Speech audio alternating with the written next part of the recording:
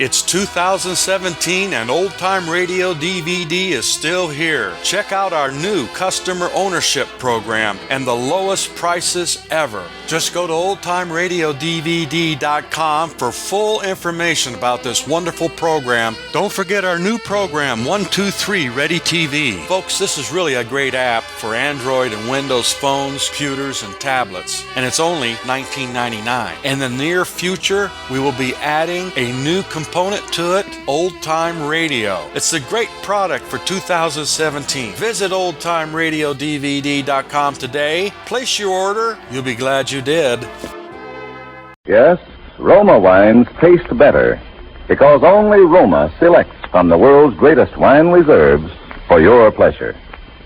And now, Roma Wines, R-O-M-A. Roma Wines presents Suspense. Tonight, Roma Wines bring you Miss Ava Gardner in Lady in Distress, a suspense play produced, edited, and directed for Roma Wines by William Spear. Suspense, radio's outstanding theater of thrills, is presented for your enjoyment by Roma Wines. That's R-O-M-A, Roma Wines. Those better-tasting California wines enjoyed by more Americans than any other wine.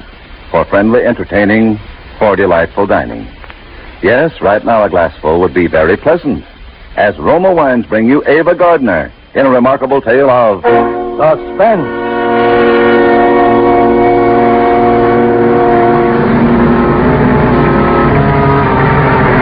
The rain was coming down in torrents, washing huge streaks of gravel from the hillsides onto the road.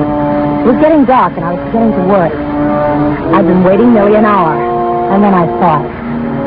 He was edging along the side of the road, his coat collar turned up against the rain, coming toward me. I eased the car into gear and drove up toward him. He had no raincoat on, and he must have been walking for quite a ways because he was soaked through, dripping with the rain. He stuck out his hand when he saw me, and I stopped. You're going to town? By the lower road, is that all right? Well, that's even better. Nice, lady.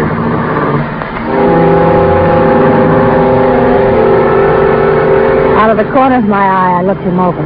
He was fairly young, a little pale and nervous. There was no real fear there, and there was a lot of strength. The kind I like. It's a miserable-looking world tonight, but it's great to be out in it. Maybe you're right. I know I'm right. Wait till somebody takes the privilege away from you of going where you want to go and doing what you want to do. And you know how good it is to be out. You used the word out twice. Did you just get out of someplace? Yeah. Where? That's my business. Oh, sorry. Yeah, so am I. I shouldn't be so touchy with you. You were nice to me, giving me a ride. Only if I told you where I came from, it might frighten you. I don't think it would. Look at me. There's only one place a guy like me would get out of. Jail? They call it the state penitentiary. Oh, yes, I passed it a half hour ago. Did you just get out? Just got out this morning. This morning? This is Sunday. So what? The state penitentiary doesn't release men on Sundays. Only on weekdays. Well, they released me. You think I broke out? Well, maybe you're wrong, and maybe you're right. What are you jumping for? I'm just reaching for a cigarette. Mind if I smoke? No, you can smoke. Cigarette? No, thanks. What are you getting nervous about? I'm not nervous. See? I told you if you knew where I came from, you'd be frightened. It's natural. Why did you tell me? I just felt like talking. I haven't talked to a dame, a lady, for a long time. Like it? Yeah, I do. I don't think I ever talked to one quite like you before. What do you mean, quite like me? You know what I mean. You know what you got on a ball, every bit of it. You like that? I could try. Don't get me wrong. I don't usually pick people up. Okay, relax. I'm not going to do anything to you. Just drive me into the city and let me off. Of course, it would be nice if you didn't say anything to anybody about picking me up. I won't say anything. What are you turning in here for? I'm hungry. I haven't eaten anything all day. You can wait a little while longer. We have 90 more miles to drive, and I'm going to get a sandwich now. Okay. Wait a minute. Let's just understand. You know what this is, don't you? The gun. And it shoots. Don't forget that. I won't. Okay, on your way.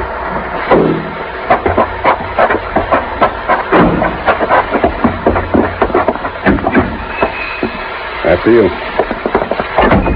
Well, nice weather for ducks, huh, folks? Yeah. You, all alone in here, Mac? Yep, glad you dropped in. Suppose you're in a hurry to get home, though. Back to the kiddies and the mother-in-law, huh?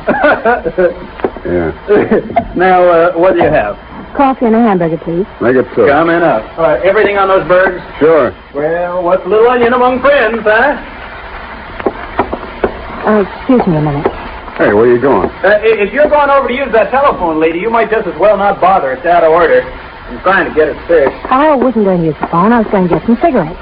You don't say. I knew he didn't believe me. He didn't say anything, but the way he looked at me, I could tell. We finished our hamburgers, and I paid for them, and then we went back to the car.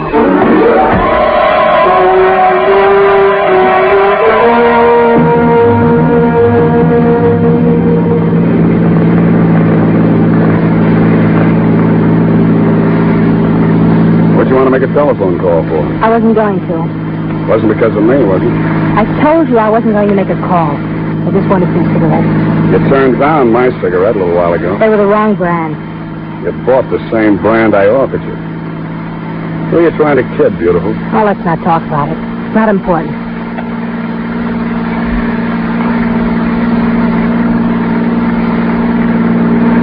What are you going to do now that you're out? I got a job to do. I got to take care of somebody. You mean your family? No, beautiful. Somebody I got to buy a coffin for. As a matter of fact, I'm not even going to buy the coffin. I'm just going to make it easier for somebody to get one. Sounds an awful lot like you mean you're going to kill somebody. It's as easy as that. I am. Why?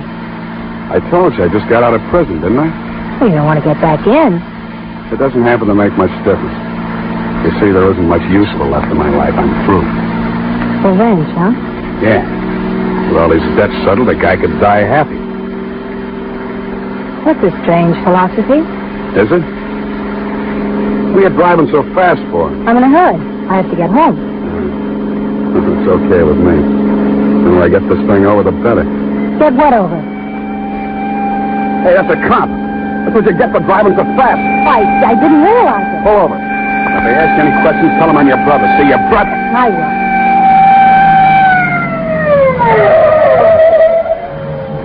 Don't say anything you'd be sorry for, beautiful.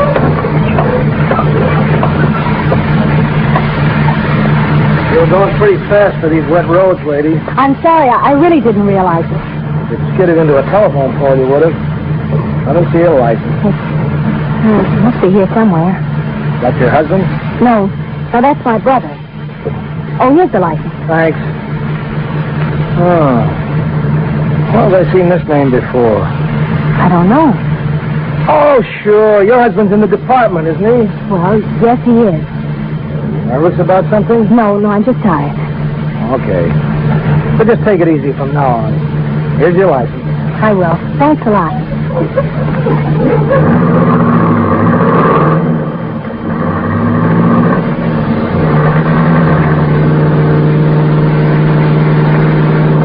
So your husband's in the police department? Yes.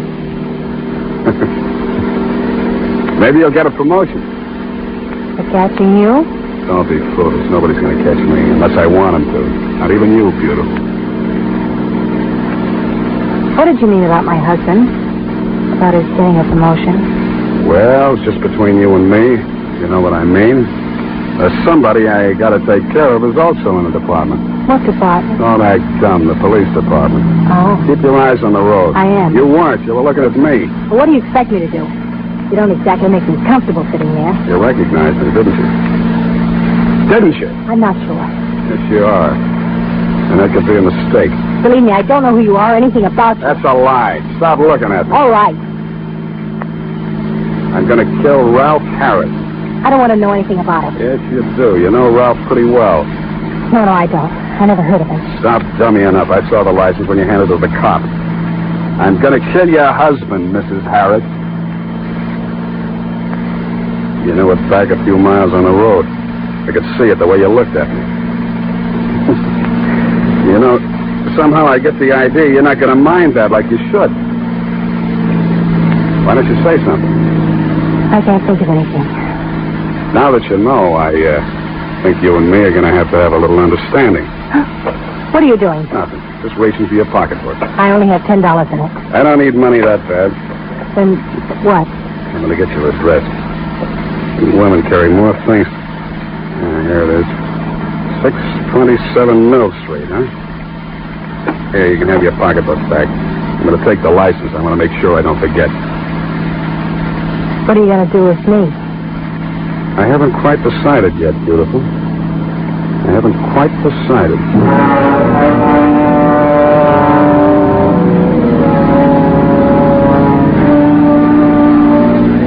I glanced over at him again. I knew he meant it exactly. He hadn't quite decided. Things had gone far enough. From here on out, I had to make it convincing or else. You're Sullivan. Oh, so you do know my name. Yes, I know your name. I remember you. I was at trial. They framed you. Did he tell you that? They didn't have to. The whole department knew it. They needed a conviction, and you were it. That's what I thought. You know a lot, don't you? Listen, suppose I told you that you were right in what you said a minute ago. That I hated my husband. That I hated him as much as you do. And that I'd hated him for years. What do you think? Well? I'd say it was a stall to save your own neck. That's what I thought. That's why I wanted to get acquainted with him first. First? Before what? It doesn't seem a little funny to you, my just happening to run into you this way? The wife of the man you've sworn to kill? On the very day you break out of prison? Who says I broke out? I know someone who knows Red Farley. Red Farley? Mm-hmm. He was your contact on the outside that helped you plan it, wasn't he? Listen, beautiful. I don't know how you got this. How do you think Red Farley got the money? You tell me. I'll tell you. I want you to kill my husband. I'll even help you.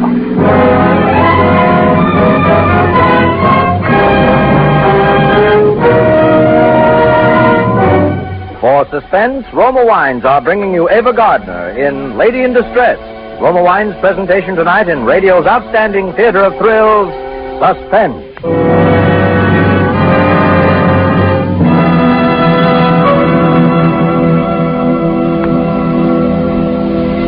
Between the acts of Suspense, this is Truman Bradley for Roma Wines. There's a reason more Americans enjoy Roma than any other wine. It's because Roma gives you more enjoyment for your money. Yes, in all Roma wines, you enjoy an important difference, an extra dividend in fuller bouquet, richer body, and better taste. To bring you better tasting wine, Roma selects from California's choicest grapes. Then, with ancient skill and winemaking resources unmatched in America, Roma master vintners guide this grape treasure unhurriedly to tempting taste perfection. These choice wines are placed with mellow Roma wines of years before. And from these reserves, the world's greatest reserves of fine wines, Roma later selects for your pleasure. So to enjoy more pleasure for your money, insist on Roma. That's R-O-M-A, Roma California wine. And whether your favorite is sherry, port, or muscatel, you'll find Roma your best buy in good taste. And now, Roma Wines bring back to our Hollywood soundstage Ava Gardner as Evelyn Harris, with Howard Duff as Sullivan in Lady in Distress, a tale well calculated to keep you in suspense.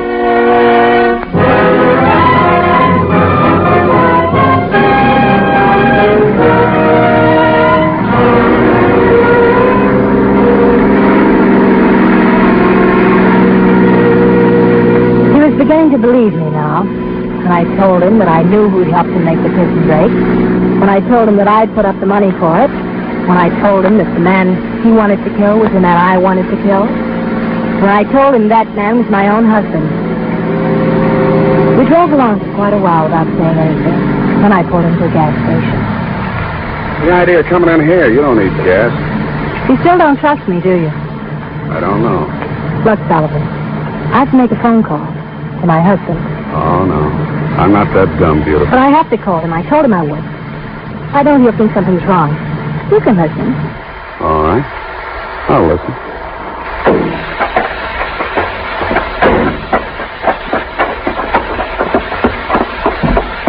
Where's your phone? Oh, it's just inside the door. Thanks. It's right in here, lady. Right on the wall. Right on the wall there, lady. Got your nickel? Look, I know how to use a phone. You don't have to act like you're Orson Welles.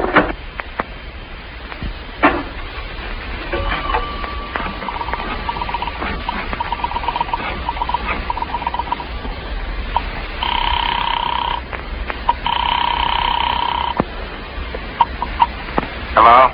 Ralph, Yes. this is Evelyn. I'm 25 miles from the city. The rain slowed me up. Should have started earlier. I know, but I didn't. Everything all right? Yes, everything's all right. Well, I'm glad to see you're getting some sense in your head. Hurry up and get here. No, it won't take long. You're not going to give me any more trouble, are you? No, Ralph. From now on, I don't think you have a thing to worry about.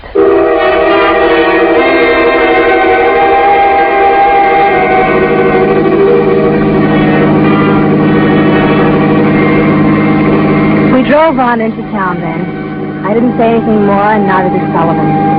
But I knew I had it. He was still playing cautious, but I knew I had it.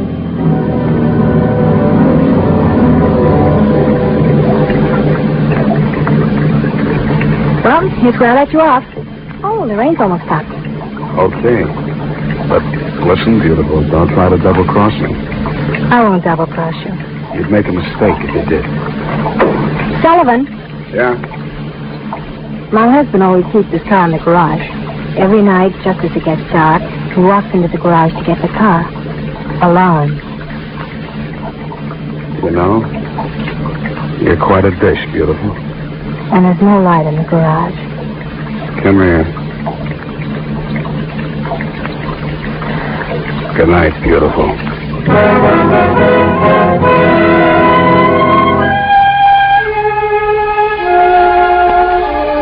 There's only a few more blocks to the house. Ralph was waiting up for me, and he seemed genuinely happy to see me. Months ago, Ralph and I had one of our usual fights, and I went north to stay with my mother. But I realized that I couldn't stay with her forever, and the only thing left for me to do was to come back. And I hated it. Crawling back to a man who had no heart, who ran his home like the lock-up pen down at police headquarters. But I had no choice. Ralph was smug about my coming back, as I knew he would be. I kept wondering if Sullivan was actually going through with it. 2 days later, I knew.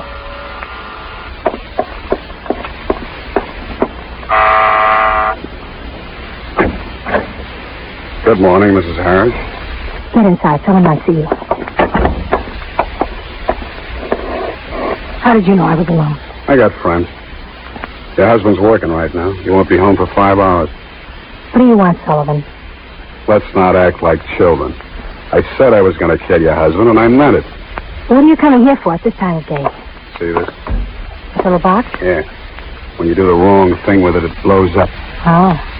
All I did was put this under the hood of somebody's car, hook it up to the starter, and when somebody gets in his car to drive off somewhere, all he does is step on the starter. And he doesn't have to worry about driving a car ever again. Oh. Let's go out to the garage, beautiful.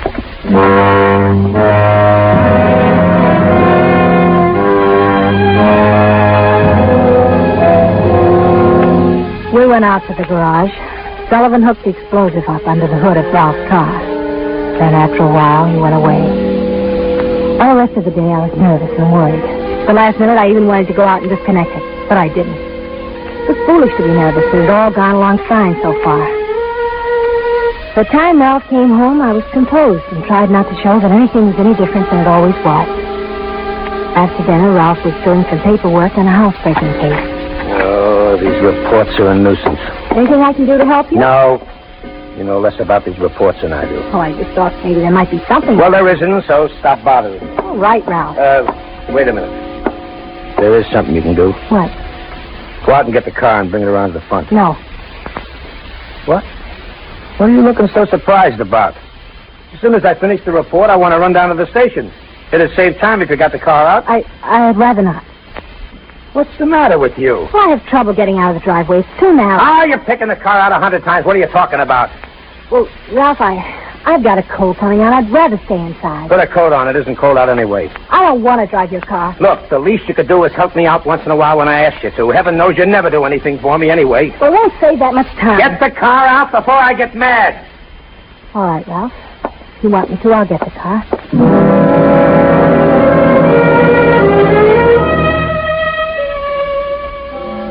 What did I do? I went out and opened the garage doors and put it around for a few minutes and slammed the door a couple of times. And I went back in the house. Well? Well, what, Ralph? Is the car out in front? Wouldn't start. What do you mean it wouldn't start? I don't know. It just wouldn't start. The motor wouldn't turn over. Oh, you give me nothing but trouble. It isn't my fault. It's your car. All right, forget it. Why don't you go out and try it yourself? Because I won't, that's all. I've been having trouble with my battery.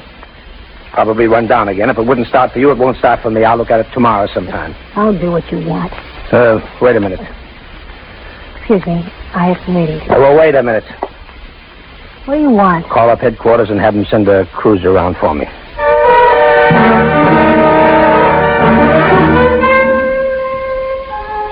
I could hardly sleep that night. Why of all times did Ralph have to ask me to get his car?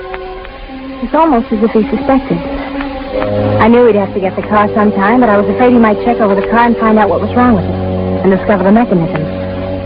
Or he might send a mechanic out from a garage to look at it, and an innocent person would be killed. But I was afraid of Sullivan by this time, terribly afraid. I was exhausted from nervousness and lack of sleep when I got out of bed the next day. Ralph had breakfast and went out to work in the police cruiser. I didn't dare go near the garage. I didn't dare do anything except just wait.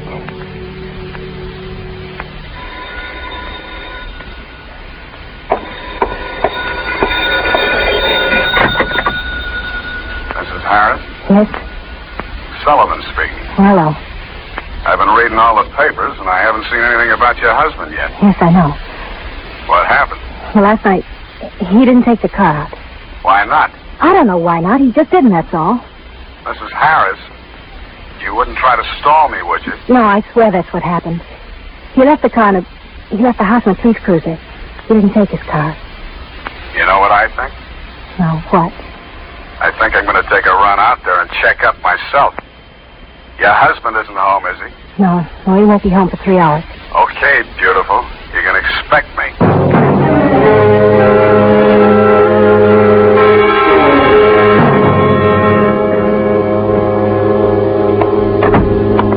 Well, you could at least... Oh, Ralph. Well, who did you expect? Winston Churchill? Well, it isn't time for you to be home. Who said there was a certain time for me to be home? You don't usually get home this early. Well, there wasn't much doing today. I have a few hours coming to me, but... What's the matter with you? Nothing. Why? You're nervous about something. Don't tell me you have a boyfriend hiding in the closet. You may look if you want to. I wouldn't bother. All right, come on. Come on out with it. What's on your mind? What do you keep looking out the window for? Oh, stop examining me like a criminal. I just didn't sleep well last night. I'm tired. You don't do anything to get tired. Where you going? When you came in, I was just on my way to the market. Do you mind? I have to get my coat. Do you want me to explain any more? Say, Evelyn. What's wrong, Ralph? I just thought I saw somebody go into our garage. Come here. Look. Garage door's half open. Oh, yes, I forgot to tell you. I called the garage and had them send a man to look at the battery. He'll take care of everything. Yeah? Well, I'm going out and take a look myself. You don't have to. He knows his job. Sometimes I don't think you have any brains at all. I'll be right back.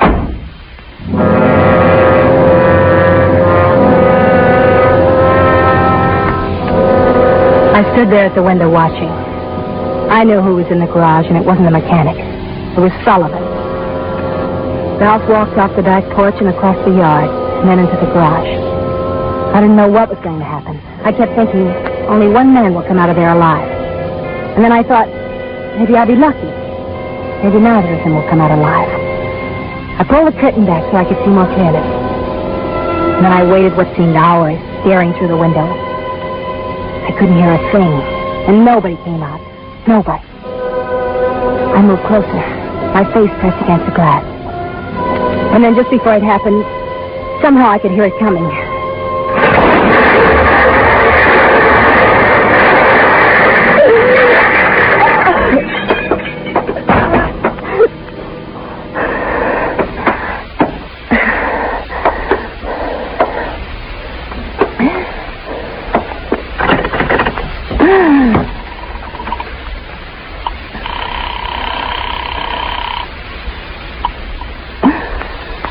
Operator.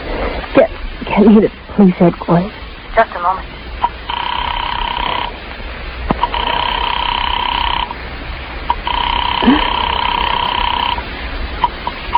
Police headquarters, Sergeant Thompson speaking. This is Ralph Harris. There's been an accident, an explosion. We'll be right out, Mrs. Harris. You all right? The window broke. A big piece of glass. My throat.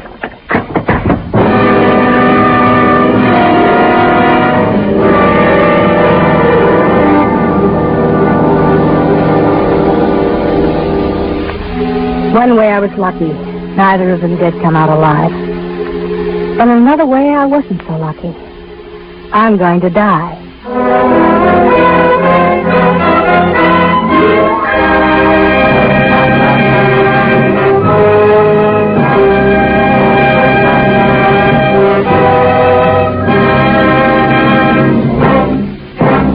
Suspense, presented by Roma Wines, R-O-M-A, Roma, America's favorite wines. Before we hear again from Ava Gardner, star of tonight's suspense play, this is Truman Bradley, reminding you that in all Roma wines you enjoy an extra premium goodness, in fuller bouquet, richer body, and better taste. Yes, Roma wines taste better because Roma, and only Roma, selects better tasting wines from the world's greatest wine reserves. That's why more Americans enjoy Roma than any other wine. So ask for Roma wine, R-O-M-A, Roma, a premium wine in everything but price. Enjoy Roma California Sherry before dinner tomorrow. This is Ava Gardner. It's been a great pleasure to appear on Suspense, which is such a favorite to all of us here in Hollywood. Next Thursday's Suspense show will be one that I certainly won't miss. The most coveted honor which a radio program can achieve is the annual award given for excellence in drama by the George Foster Peabody Foundation.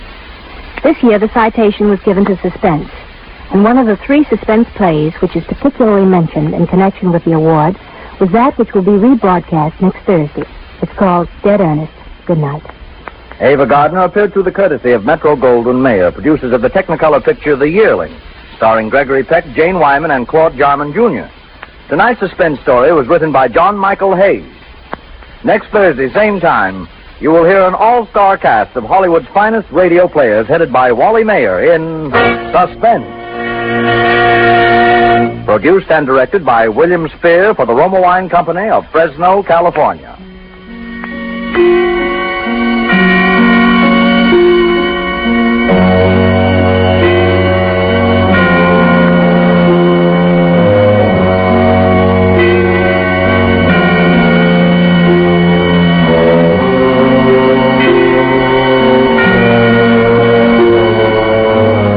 In the coming weeks, Suspense will present such stars as Robert Mitchum, Virginia Bruce, Angela Lansbury, and others. Make it a point to listen each Thursday to Suspense, radio's outstanding theater of thrills.